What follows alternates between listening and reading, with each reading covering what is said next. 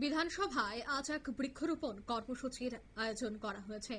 এই বৃক্ষরোপণ কর্মসূচির মূল উদ্দেশ্য হচ্ছে ত্রিপুরা বিধানসভার পদচিহ্ন স্মৃতির পথ বেয়ে সম্মান, দায়বদ্ধতা এবং গৌরবের যাত্রা। এই বৃক্ষরোপণ কর্মসূচিটির আয়োজন করা হয়েছে, যেখানে উপস্থিত ছিলেন মুখ্যমন্ত্রী ডক্টর মানিক সাহা, মন্ত্রী রতনলাল নাথ, মন্ত্রী নিমেষী দেববর্মা, বিরোধী দলনেতা জিতেন্দ্র চৌধুরী, বিধায়ক গোপাল চন্দ্র রায়, বিধায়ক বীরজিৎ সিনহা, বিধানসভার অধ্যক্ষ বিশ্ববন্ধু সেন, বিধানসভার মুখ্য সচেতক কল্যাণী রায়, মন্ত্রী প্রণজিৎ সিংহ রায়, মন্ত্রী বিকাশ দেববর্মা, বিধানসভার উপাধ্যক্ষ রামপ্রসাদ পাল সহ অন্যান্যরা। এই বৃক্ষরোপণ কর্মসূচি থেকে প্রথমে রাজ্যের মুখ্যমন্ত্রী ডক্টর মানিক সাহা কি বলছেন শোনাবো। আমরা জলের আরেক নাম জীবন বলি, এবং কিন্তু আমার মনে হয় যে গাছেরও আরেক নাম জীবন, এবং প্রকৃতি আমাদের শেখাচ্ছে যে আমরা কেউ কাউকে ছাড়া আমরা চলতে পারবো।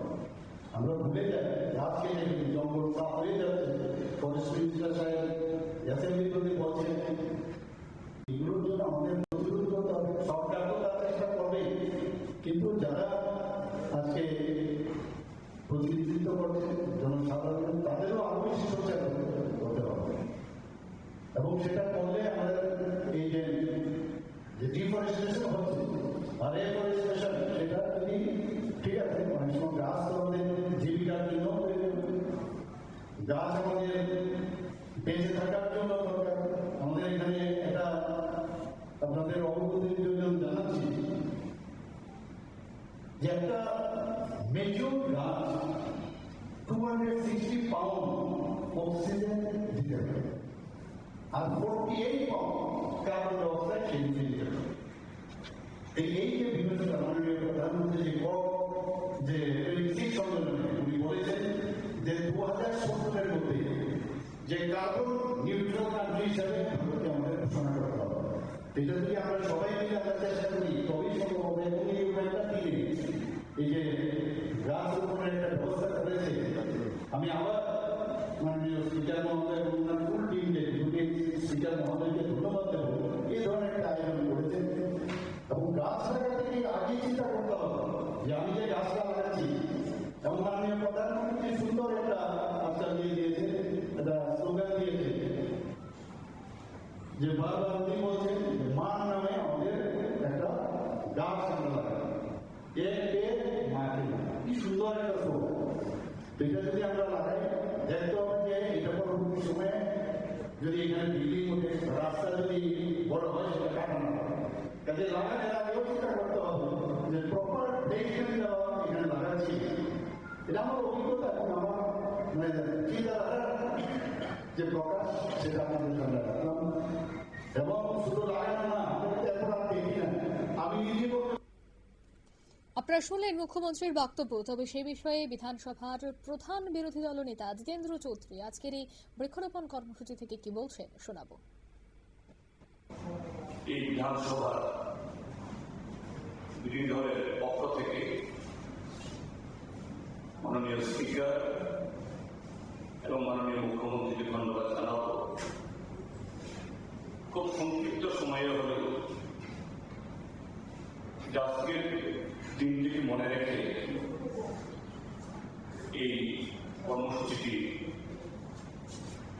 সংগঠিত করার জন্য 1963 ইংরেজিতে আমাদের ত্রিপুরা বিধানসভার যাত্রা শুরু হয়। তার মানে আজ থেকে 62 বছর।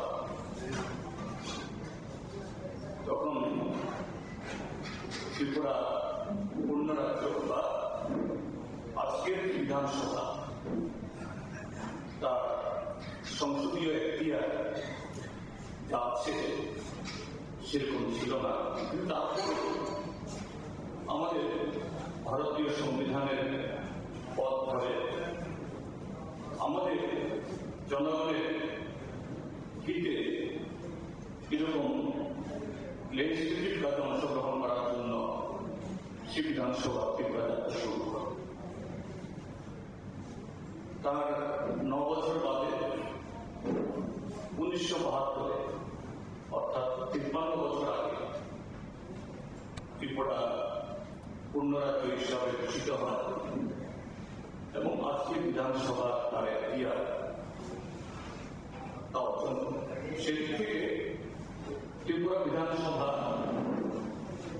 এটা যে পুনরাজ্য হিসাবে আমরা আপনারা শুনলেন বিরোধী দলনেতা জিতেন্দ্র চৌধুরী আজকের এই কর্মসূচি নিয়ে বিস্তারিত আলোচনা করেন। অন্যদিকে বিধানসভার কংগ্রেস পরিষদীয় দলের নেতা বীরজিৎ সিনহা তিনি কি বলছেন আজকের এই কর্মসূচি থেকে শোনাবো।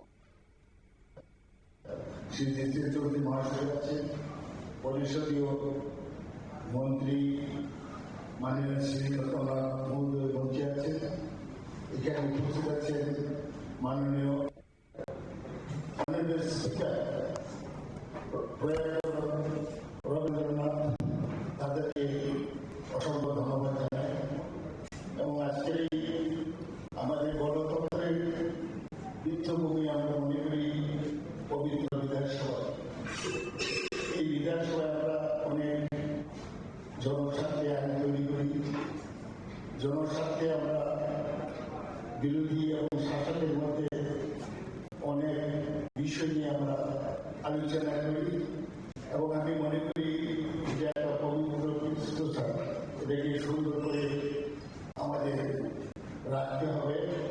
এবং আমি মনে করি ত্রিপুরা বিধানসভা যে ভবনটি উত্তর পূর্বাঞ্চলে একটা উল্লেখযোগ্য একটা ভবন, এটাকে আমরা সুন্দর করে রাখবো। আমি দীর্ঘ বলব না, আমি সত্যি এই অনুষ্ঠান করার জন্য কংগ্রেস পরিষদীয় দলের তরফে উত্তর পূর্বের বিভিন্ন ভবনের মধ্যে ত্রিপুরার এই অন্যতম ভবন অর্থাৎ বিধানসভা চত্বরকে কিভাবে সুন্দর করে রাখা যায় তার দায়িত্ব প্রত্যেকেরই।